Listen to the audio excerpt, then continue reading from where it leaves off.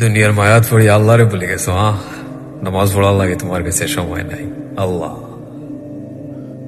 খাল লাগেও তো তা করায় ও ফ্যামিলির লাগে। বিশ্বাস করো, আজ যদি তুমি মারা যাও না নি, দাফন দেওয়া মাত্র 1 ঘন্টা পরে দেখবা সবে সপ্তাহ ভুলে গেছে। আল্লাহ সে ওর মায়ের মানুষ রইতে না তুমি জানি। বাচ্চা কাচ্চা থাকলে সবটা ভুলে যাব ভাই, বিশ্বাস করো।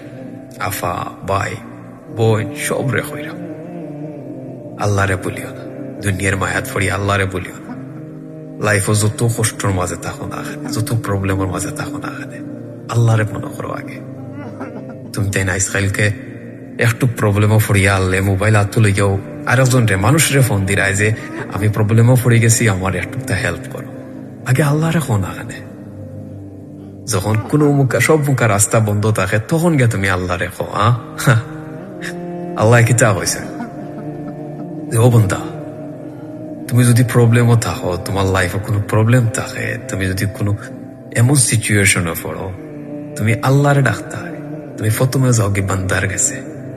আল্লাহ যদি হুকুম না দেন, এই বান্দার ক্ষমতা আছে তুমি যার কাছে গেছো তার হে তোমার সাহায্য করার, তোমার হেল্প করার কোনো সময় না। আল্লাহ লা ইলাহা ইল্লাল্লাহ, আল্লাহ সারা দুনিয়ার কেউর ক্ষমতা নাই তোমার সাহায্য করার, তোমার বিপদ থেকে বাঁচাই। বিশ্বাস করো আল্লাহ আজ যদি তুমি মারা যাও, একটা মানুষ পাইতে না তোমার লাইফের মাঝে যে তোমার কইবরও গাইয়া আসিন চূড়া পড়বার লাগে। আল্লাহ রিয়ালিটি হইল, বিশ্বাস করো। একটা রিয়ালিটি তুমি আজ যদি দোকানে যাও দেখো, আজ যদি তুমি পরিবারের মাঝে যে মা বাপে তোমার জন্ম দিছেন ও পরিবারের মাঝে যদি তুমি আজকে টেকা না কামাইতে পারো,